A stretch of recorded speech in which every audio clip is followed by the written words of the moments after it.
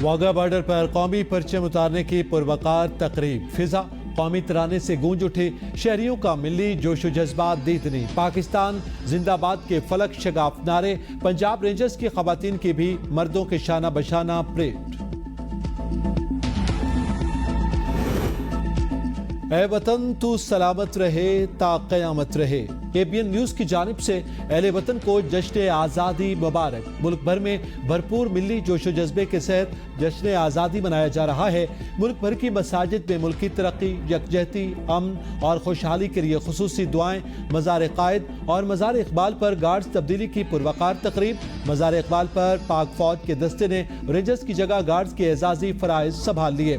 कराची में मज़ार कायद पर भी गार्ड्स तब्दीली की पुरवकार तकरीब। नेवल अकेडमी के कैडेट्स ने मज़ार कायद पर एजाजी गार्ड्स के फराइज संभाले। दिन का आगाज तोपों की सलामी से हुआ। वफाकी दारुल हुकूमत में 31 जबकि सूबाई दारुल हुकूमतों में 21 तोपों की सलामी दी गई।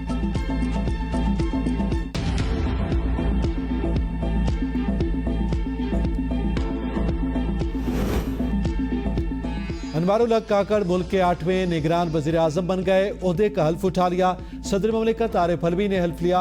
हल्फबरदारी की तकरीब में सुबकदोश वज़ीर आज़म शहबाज शरीफ, साबिक हुकूमत के अहम ओहदेदार, इत्तेहादी हुकूमत के साबिक वज़रा, चेयरमैन सेनेट, स्पीकर कौमी assembly, chief justice, chairman joint chief of staff committee, services chiefs और चीफ इलेक्शन कमिश्नर की शिरकत। निगरान वज़ीर आज़म को गार्ड ऑफ ऑनर भी पेश किया गया।